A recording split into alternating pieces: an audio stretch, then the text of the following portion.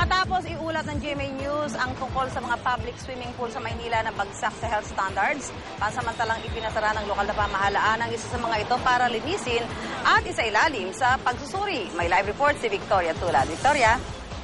Susan, sa water analysis na kinomisyon ng GMA News ng linggo, lumabas na bagsak sa health standards ang tubig sa Army Navy Club swimming pool sa Quirino, Maynila. Pero giit ng officer in charge nito, 2 beses sa isang araw kung linisin ang pool. Nagpositibo rin sa bakterya ang tubig sa Dapitan Sports Complex swimming pool.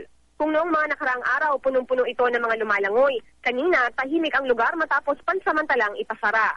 Ayon sa mga katiwala, matapos lumabas sa 24 oras na may mataas na bacteria count ang tubig sa naturang pool, isinara ito kahapon para linisin. Ginawa ito alinsunod sa utos ng Public Recreation Bureau ng lungsod. Sa pakikipagtulungan sa Health and Sanitation Office, ipinasuri nila ang water sample ng 5 pampublikong swimming pool sa Maynila. Dinala kanina umaga ang mga sample sa Manila Public Health Laboratory.